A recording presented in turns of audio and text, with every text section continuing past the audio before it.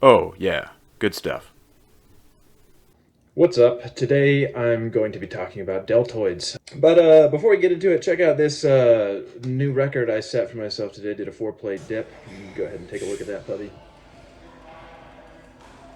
Oh, yeah, real nice. All right, good stuff. Looks like I have 21 exercises here. I'm going to be talking about pros and cons, what I like, what I don't like, and kind of ranking them. As you can see, I've also split the screen into anterior, middle, and posterior deltoid.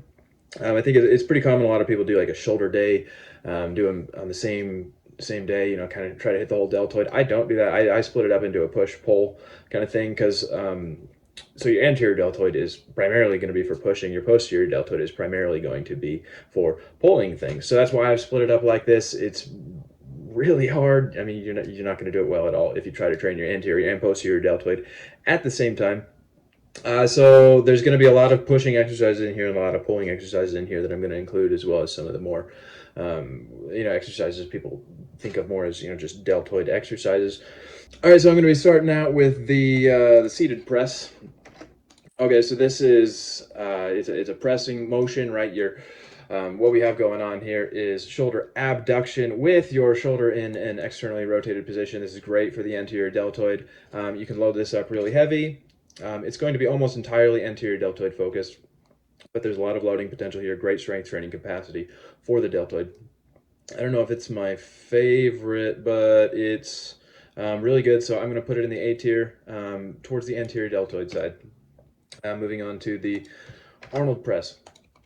Okay, so what we have going here, if you've seen, you kind of get that corkscrew motion, and what that is doing is introducing a horizontal abduction component, in addition to our shoulder flexion, or, well, I guess there's kind of flexion and abduction going on, but we have the horizontal abduction introduced, and what that's going to do is, with the glenohumeral joint in the externally rotated position, that's a perfect position for the middle deltoid to contribute to this. And while gravity isn't really working against that middle deltoid, there's still inertial resistance. And this is kind of a tricky one to kind of learn how to do just right. But if you, with a little bit of practice, I actually think these feel incredible, and it's a really great way to kind of engage the anterior and the middle deltoid together. Obviously, Arnold kind of he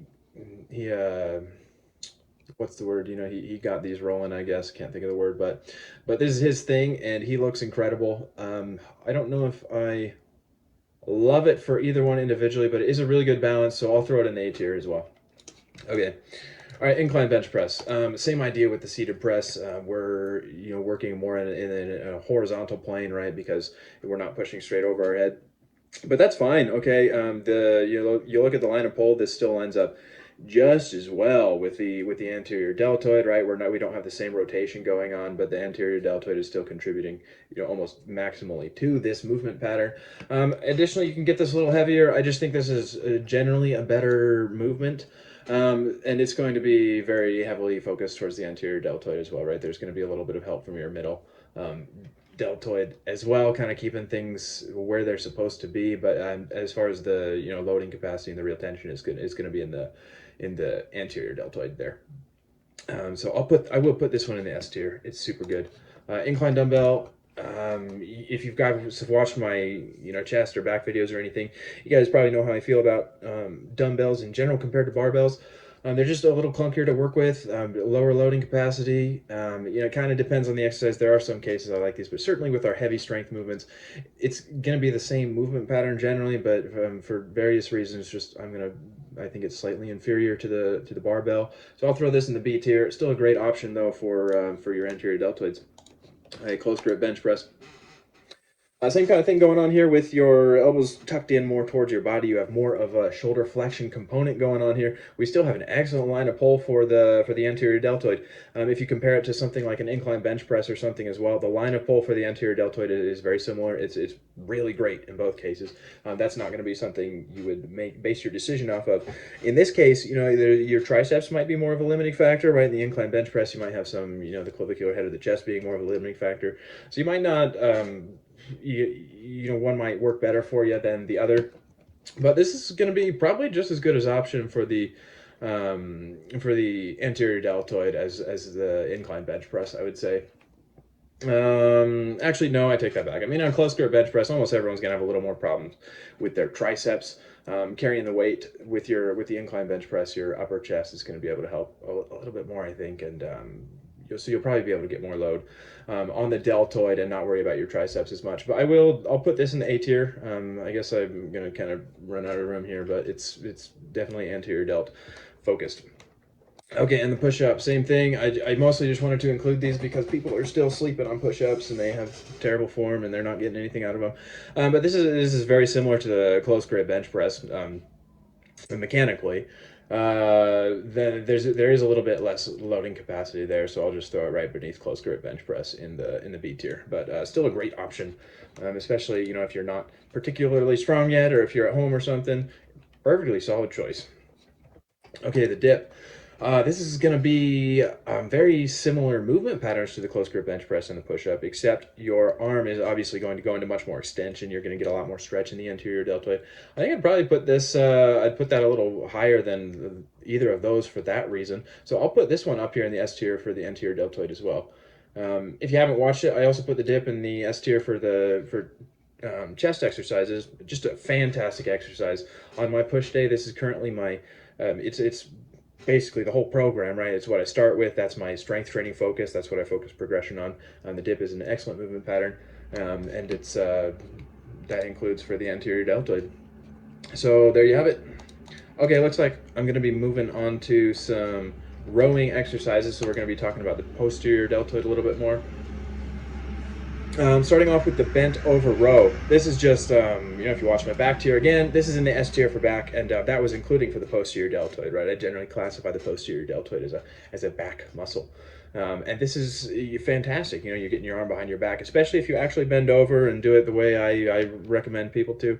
You get you have huge loading potential. You can even work with different speeds. There's so many different ways to do this. Powerfully, great strength training exercise. Absolutely going to be in the S tier. It's posterior deltoid focused. So we'll go ahead and slap it right up there. T-bar row, this is very similar, just a little bit less loading capacity and a little bit less cheating opportunity.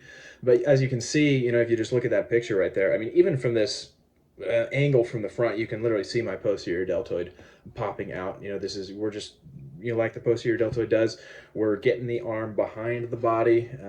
So a wonderful option. For the loading capacity limitations, I'm going to put it in the A tier, but it's definitely up there. Solid choice. Okay, cable row. I just generally don't like the cables as much. I feel like they're awkward, and I feel like it's an unnatural loading pattern just because you're sitting down. That's not. I generally like being on your feet. That's how you're going to hold things in real life. But again, the movement pattern is very similar. You're getting your arm behind your body. There's a lot of opportunity to target the posterior deltoid, and depending on what you want to do with the rest of your back, you can flare your elbows out a little bit more. So there's some great options there. I'll probably put that in the A tier as well, right next to the T-bar row. Okay, face pull. It looks like this is the kind of in my back video I talked about two different ways to do the face pulls, and this way where your hands come basically right to your face, it's basically just almost a row, like you want to do a row, except you're taking a not very strong position and trying to make it a strong position. So it's a fine exercise, but my advice is, if you're going to be trying to do some kind of row variation like this, just go do a row that's heavy and awesome, like a bent over row. So it's going to be, it's okay. You're definitely going to be working the posterior deltoid. You'll probably get a little bit more middle deltoid as well, so I'll slide it over. But just because of its inferiority to heavier row options in actually strong positions, I'm probably going to bring this down to the C tier. Okay, not a huge fan of that one. I talked about that in my back video as well. Okay, so looks like that's the pulls. Side raise variations, right? The OG lateral raise. All right, this is awesome. I mean, in a lot of these compound movements, you're going to get some involvement with the middle deltoid, but coming out to the side is really where we're going to be able to isolate the middle deltoid, of course. So I think some variation of this is going to be critical in any exercise program if you want, full body, kind of bodybuilding development kind of stuff. But Yeah, these are great. Especially, I recommend generally, slow down, take your time. A lot of people go really heavy and stuff, and you'll get big muscles like that. But additionally, use this as an opportunity to learn to use your middle deltoid instead of just your whole body. Stop just thinking about the weight. Think about the muscle in the joint every once in a while. Especially since this is absolutely going to be a bodybuilding focused exercise. This is not a strength exercise at all. Um, but these are great. Very heavily focused on the middle deltoid. Solid inclusion in any program. I'll put it in the S tier. I don't think it's um, I don't think it necessarily has to be there if you have some other variation of it as well. But just a really basic, easy to learn, solid option. The W raise compares very well to the lateral raise, except by bending your elbow a little bit, you're just introducing a component for external rotation. So you're going to get some involvement from the you're going to get some involvement from some of the rotator cuff anyway in a lateral head or in a lateral raise, but you're going to get more involvement from more rotator cuff muscles by introducing this rotational component by bending your elbow. Particularly with regards to the deltoid, that's not going to be beneficial. In fact, it might kind of hamper your ability to isolate and overload the deltoid. So I'm probably going to put it lower because of that, but let's go B because it's still a great option. I mean, if you get good at a W raise, you're still going to have a fantastic set of deltoids. So don't worry about that too much. Okay, whew. I feel like I'm talking really fast, running out of breath. Next up is a cable lateral raise. So how this compares to the dumbbell lateral raise. The dumbbell lateral raise, there's not much resistive torque at the bottom of the movement, which I think is fine actually.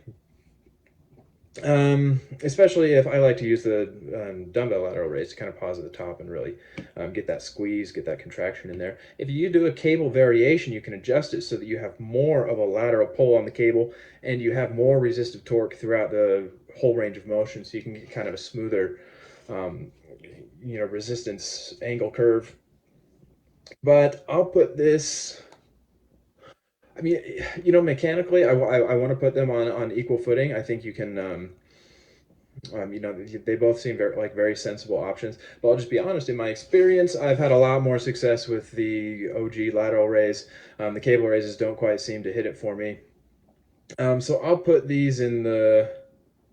Yeah, I'll throw them in the B tier. But if they work for you, I don't want anything to stop you from doing them. They're definitely a great option. They make sense. The lying lateral raise. This is kind of like the cable variation, and where we're introducing more resistive torque at the bottom of the movement. And so when you do that, I should have mentioned this for the cable lateral raise as well, but you're getting more resistance while the muscle's in a stretched position as well. So this is a great option, except unlike the cable lateral raise, I've definitely been able to get more, I guess, kind of a mind-muscle connection and feel these. I feel like these have been a lot more effective for me, so I'm going to throw these in the A tier as well. I still don't think they're going to be as beneficial overall to your program as the normal lateral raise. But solid option, especially if you're really trying to focus on your deltoids or something. Do both. It's awesome. They complement each other really well. Okay, the high pull. Okay, here's what I like to tell people about this. So what we're doing is, comparing it to a lateral raise, we're still doing the same old shoulder abduction. That's what we want for the deltoid to be working, but we're making it a compound movement. We're introducing more scapular elevation as well as elbow flexion, and we're turning a movement pattern that's generally weak, okay, shoulder abduction, and we're trying to make it a super heavy strength movement. And if your goal is to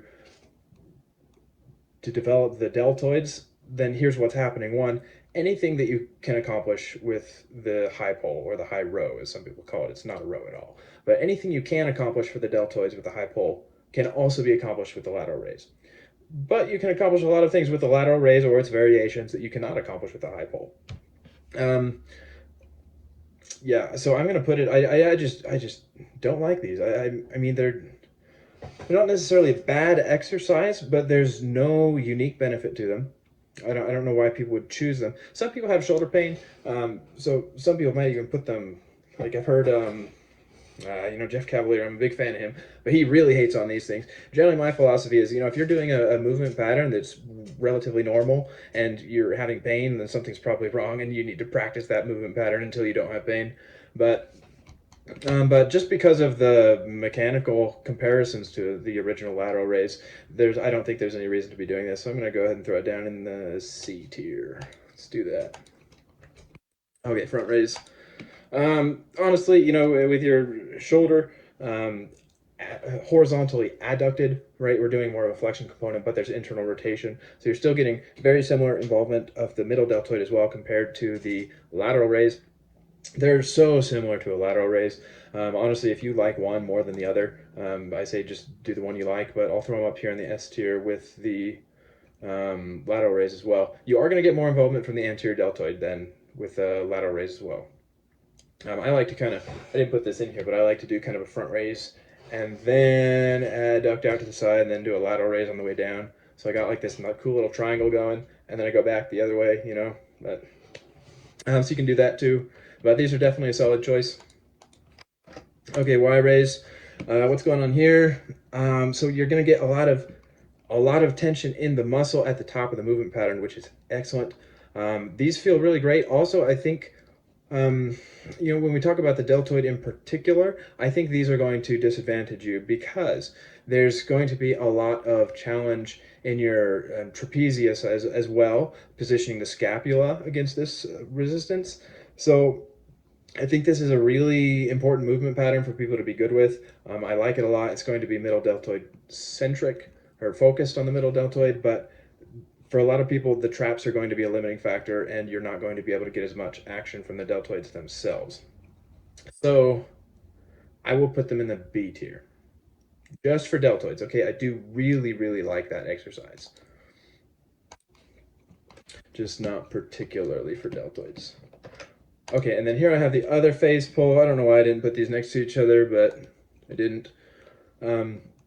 So this is the one where right angles, okay? So we have much more of a rotational component as well, but also because of that, we're using lighter weight and we're getting more resistive torque at the glenohumeral joint because of with our elbow at a right angle, we just have a longer moment arm in the lateral plane. So you get a lot of horizontal adduction component here as well as the rotational component.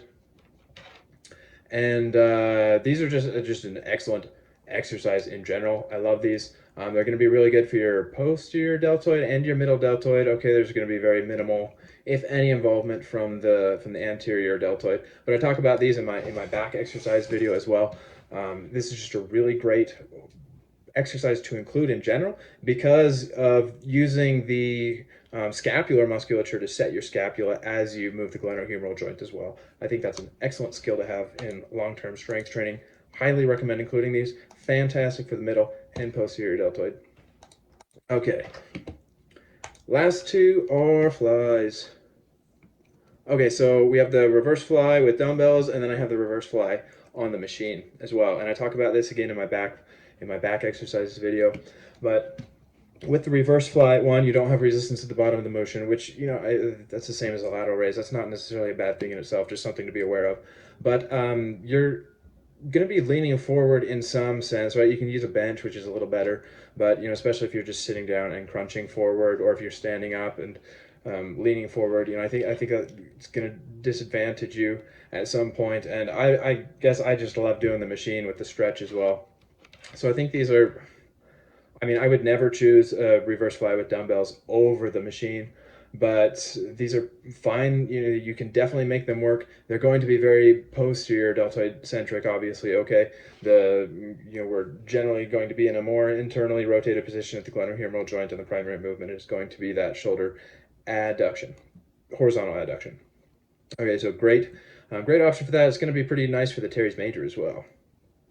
I just don't like them as much as the machine, so I'll put them in the B tier, and then I'll go ahead and put the machine in the S tier. Yeah, that's the one. Absolutely. Yeah, I love the machine. I feel like it's so easy to just. The posterior deltoid is one of those muscles that you don't feel very well, and with the machine, I feel like you really have the opportunity to learn how to feel it. And you can take things nice and slow. You can get an excellent workout with 20 pounds. You can get an excellent workout with 100 pounds. Lots to learn. You can get the stretch. You can just feel it all. I think this is a really great way to get your posterior deltoid to start popping. As long as you're doing, I mean, generally I recommend focusing on the heavy movements anyway. So do some bent over rows too. But yeah, this is a great way to get them a little boost in your program. And there we have it. It looks a little messy, but that's what it is. Again, just like the chest, just like the back, just like the legs. If you want to know what exercises I include in my particular program, it's right there at the top, S tier. Okay, I do them on different days. Again, push, pull. I do these middle deltoid exercises on my push day, and then the posterior deltoids are all going to be on my pull day. But that's what it looks like. If you have any questions, let me know. I took pretty much everything offline for my coaching, so if you're looking for coaching, just shoot me an email. But this is how things are looking. Good luck, everyone, and take care.